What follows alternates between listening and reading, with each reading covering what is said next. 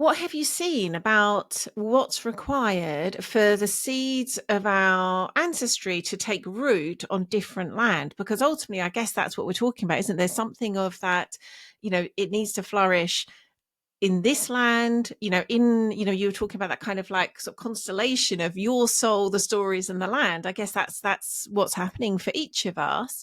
So what do we need to do to be able to have them seed on land that, again, there's already a task for those of us that, for me, I'm British, live on British land. I could just work with the stories of this land, and yet I notice that I'm drawn often to other stories too. So there is still that kind of complexity for me, but not quite so much as, say, for example, someone in your position. So yeah, it's a very complex topic, but let's begin. What have you seen are things that we need to pay attention to? Mm-hmm. Great question. I think first,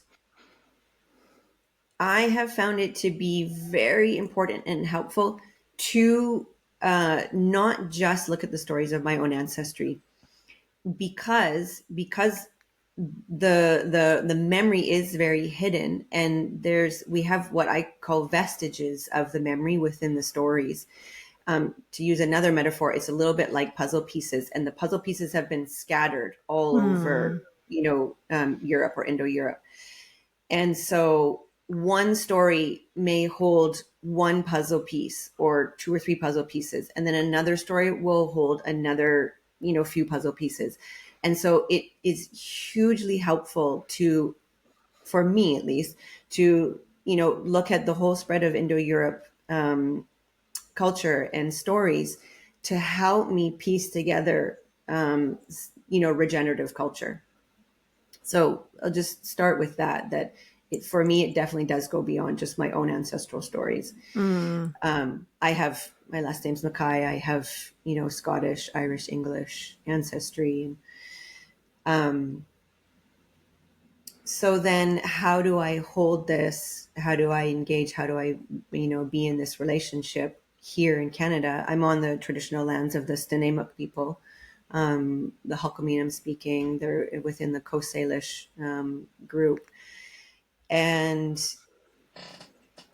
I have to also bring my own stories here. And what is so amazing is that because the stories have a spiritual origins and a spiritual existence, that they can still be alive here within me.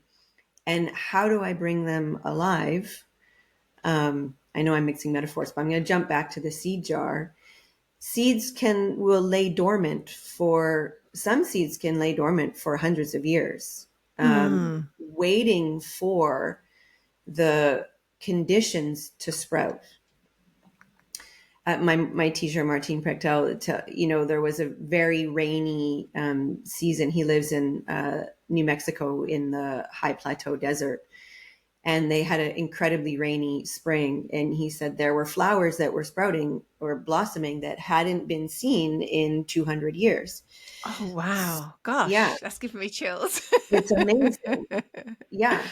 Mm, So it's the same. Cultural seeds are exactly the same. Is they're waiting for the right conditions. They live within us and they live within the stories. They're mm, just waiting for the right conditions in order to blossom or sprout.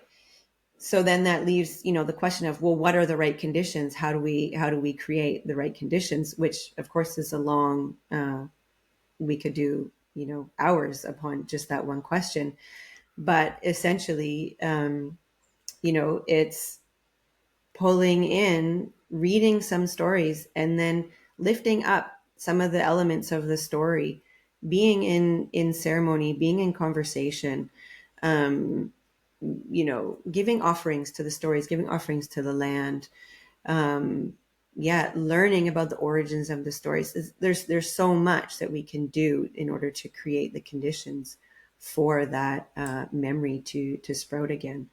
But ultimately, that is what I am trying to do, what I'm in the process of, well, for sure, dedicating my life to, is creating those conditions again for all of us, for those of us who have been, severed from our cultural origins, to regrow